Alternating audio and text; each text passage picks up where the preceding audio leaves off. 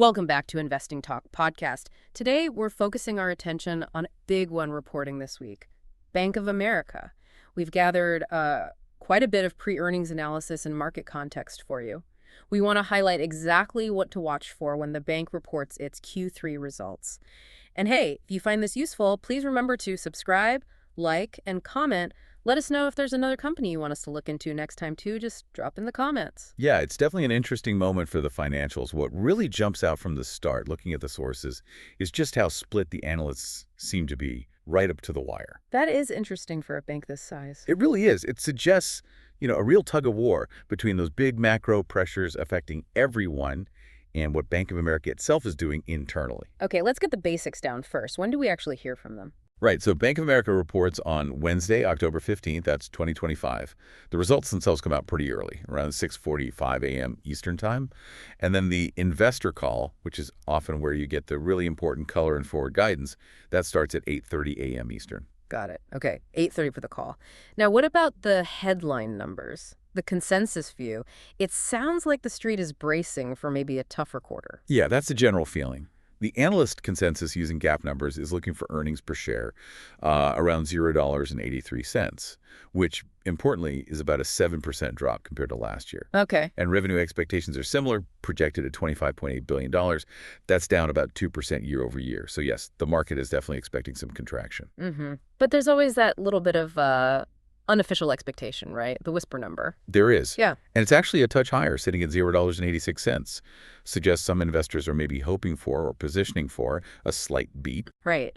But here's something interesting from the historical context. Looking back, Bank of America's stock reaction right after earnings has been kind of muted recently. Like, over the last year, the moves were between a gain of 2.7% and a drop of 1.5% the next day.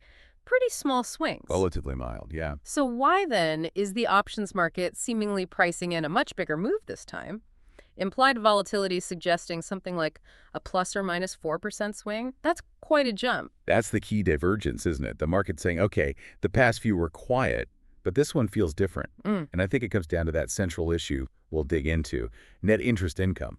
If they miss significantly on stabilizing NII, or if there's a surprise jump in credit cost, the reaction could be much sharper than we've seen lately. The market's hedging against that binary outcome. Okay, so let's pivot right there, away from the market chatter and into the core operations. You mentioned net interest income, NII. Can you just quickly remind us what that is and why it's so critical for BofA right now? Absolutely. Yeah. NII is really the lifeblood for a traditional bank. It's simply the difference between the interest income they generate from loans and the interest they pay out on deposits. And for Bank of America, the big focus, the goal they set, was NII stabilization. Management guided last quarter for NII to be relatively stable sequentially. That's the benchmark. Relatively stable, and that stability feels pretty fragile when you look at the actual net interest margin, the NIM. It was around 2.13% last quarter, right? That's right, about 2.13%. And this ties directly into the whole macro picture, the Fed staying higher for longer through Q3. How did that actually play out as a challenge for the bank? Well, it's a bit of a double-edged sword. Higher rates can help banks earn more on loans, theoretically. But the fierce competition for deposits means they also have to pay more to keep customer cash from leaving. Right. And the insight from some sources is that BofA might be hitting a point where the cost of retaining those deposits is rising faster than the income they're making on new loans. That makes holding that 2.13% IM really, really tough. And we've already seen some peers, other big money center banks, report some modest NII compression. That definitely sets a cautious tone for BofA's report. And beyond NII, management also flagged a couple of other headwinds last quarter. Investment banking was one. Yes, exactly. They guided for investment banking revenue to be down mid-single digits compared to last year. Now, part of that is just Q3 being seasonally a bit slower for deal making anyway. Sure. But it does mean they likely can't count on a big boost from capital markets revenue to offset any potential weakness on the NII side. Okay, so that's another area to watch. And the second headwind was costs, right? Keeping expenses under control. They really emphasize continued expense discipline. Their operating efficiency ratio was around 63% in Q2. Let's quickly explain that ratio for listeners. Lower is better, right? Exactly. It tells you how much it costs to generate $1 of revenue.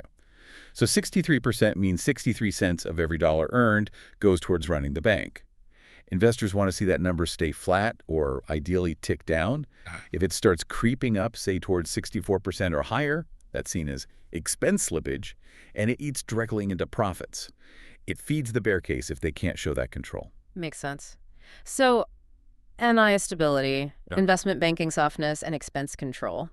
What about the underlying activity? Like, are people borrowing more? Are deposits growing? What were the trends there feeding into this whole NII picture? Yeah, the volume side wasn't showing much strength. Yeah. Year over year, loan growth was basically flat. Flat. And deposit growth was actually negative, down about 1%. Oof.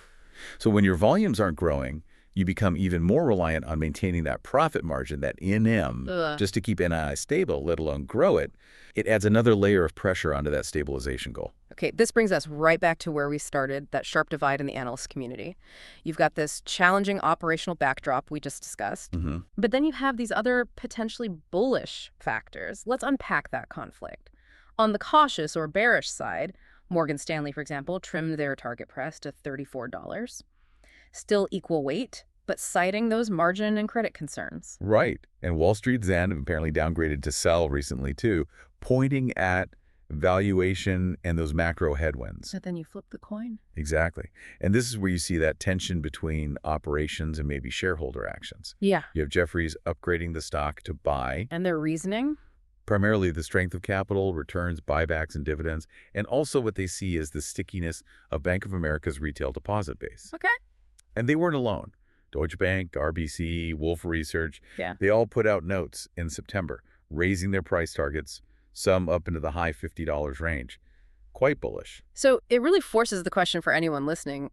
Is the stock's performance going to be driven more by these core banking results we've been talking about? Or is it more about these very shareholder-friendly moves the bank is making? Because they've made a huge commitment to returning capital. It is genuinely massive. You have to remember, back in July, the board okayed a $30 billion stock buyback program. $40 billion. That's a huge number. It's staggering. And at the same time, they hiked the quarterly dividend by 25%, up to $0.28 per share. That's a very direct appeal to investors looking for income and total return. It absolutely is. But here's the potential pushback.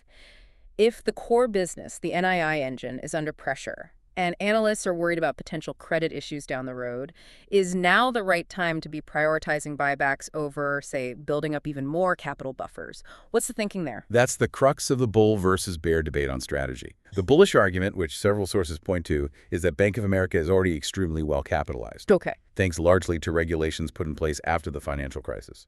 So the argument goes they have the financial strength and flexibility, almost the luxury, to return significant capital to shareholders, even while navigating these choppier economic waters and margin pressures. And they doubled down on that message recently. They did. In September, they announced they were extending a $2 billion share repurchase authorization. It's like management is deliberately sending a strong signal. We are committed to this return policy. It acts as a potential floor under the stock price, regardless of near-term operational wobbles.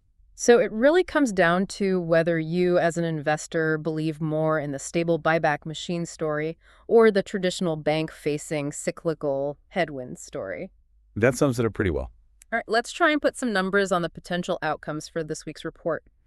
What are the probabilities the market seems to be assigning to different scenarios? We need to be ready for the possibilities. Yeah, the analysis suggests the market is definitely leaning towards the middle ground, expecting things to come in roughly as expected. The base case scenario is given about a 60% probability. Okay, the most likely outcome. Right. This scenario sees EPS landing somewhere between 81 cents and 84 cents, right around that consensus number we mentioned.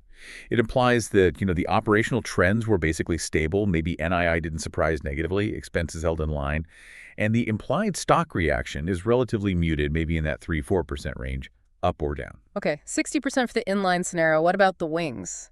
The bull and bear cases? They're seen as equally likely, both with a 20% probability. Interesting. Okay, what drives the bull case? The bull case would need EPS to come in stronger, somewhere in the bull and 86 to 89's range. That means hitting or beating that higher whisper number. What could cause that? Well, maybe a genuine beat on net interest income. Perhaps deposit competition wasn't quite as bad as feared. Or maybe consumer spending metrics held up surprisingly well. If that happens, the implied move is bigger, maybe 5% to 8% higher for the stock. All right. And the flip side, the bear case. Yep. Also 20% probability. Also 20%. This is where EPS disappoints, dropping maybe into the $1.77 to $7.88 range. The triggers here would be the opposite. A significant miss on NII stabilization. Or maybe investment banking fees came in even weaker than guided. Or perhaps that efficiency ratio ticked up expense slippage. Or credit costs. Or, critically, yes, a noticeable increase in provisions for potential credit losses. If any of those happen, the analysis suggests a potential drop of 5% to 7% in the stock price. Okay, so summing that up, the most likely path is neutral, staying close to expectations. But there's a non-trivial, 40% chance combined of a more significant move, driven by those two absolute key metrics we keep coming back to, NII stabilization and credit quality, specifically the provisioning number. Those are the ones to watch. Absolutely.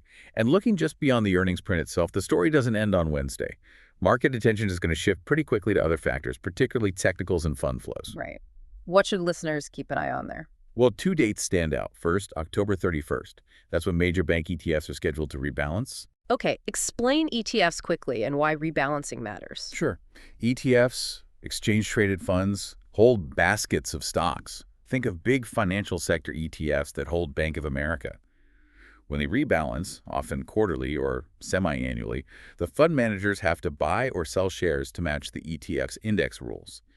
This can create large, predictable flows of buying or selling pressure on specific dates, like the 31st. Got it. Forced buying or selling, and the second date. That comes later, in December. That's when we get the release of the institutional 13F filings. Ah, the filings where the big money managers, the hedge funds, the pension funds have to disclose what they've been buying and selling? Exactly. It gives you a rearview mirror look at where the largest players were positioning themselves during Q3. Understanding these flows can be almost as important as the earnings numbers sometimes. Definitely adds another layer. Okay, so before we wrap up, let's circle back with one final thought that connects the immediate earnings pressure to the longer-term strategy. What if Beaufort does miss on NII? What if this margin pressure proves more stubborn than expected? Well, that's where some interesting, though currently unconfirmed, speculation comes in. There's talk, behind the scenes about potential C-suite shuffles if performance doesn't improve. Okay.